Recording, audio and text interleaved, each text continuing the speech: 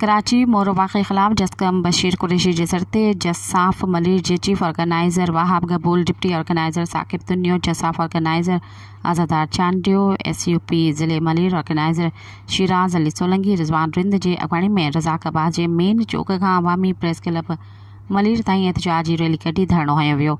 इन मौक़े ते मोरो में फायरिंग करे ज़ाहिद लगारी ऐं इरफान लगारी खे क़त्ल करण ऐं शहीद इरफान लगारी जी लाश खणी गुम करण ख़िलाफ़ सख़्त नारेबाज़ी कई वई। अॻवाणनि रैली खे ख़िताब कंदे चयो त सिंध जी मौजूदा हुकूमत अयूबी ऐं ज़ियाई ज़ुल्म जूं हदूं ओरांघे छॾियूं आहिनि।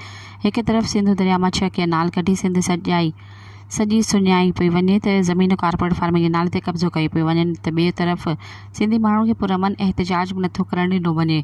हुन चयो त शहीदनि जे रत जे हर फुड़े जो हिसाब वठिबो। हिन मुल्क में इंसाफ़ पसंद इदारनि ऐं धुरियुनि खां मुतालबो कयो त शहीद ज़ाहिद लगारी ऐं शहीद इरफान लगारी जे खून सां इंसाफ़ कयो वञे।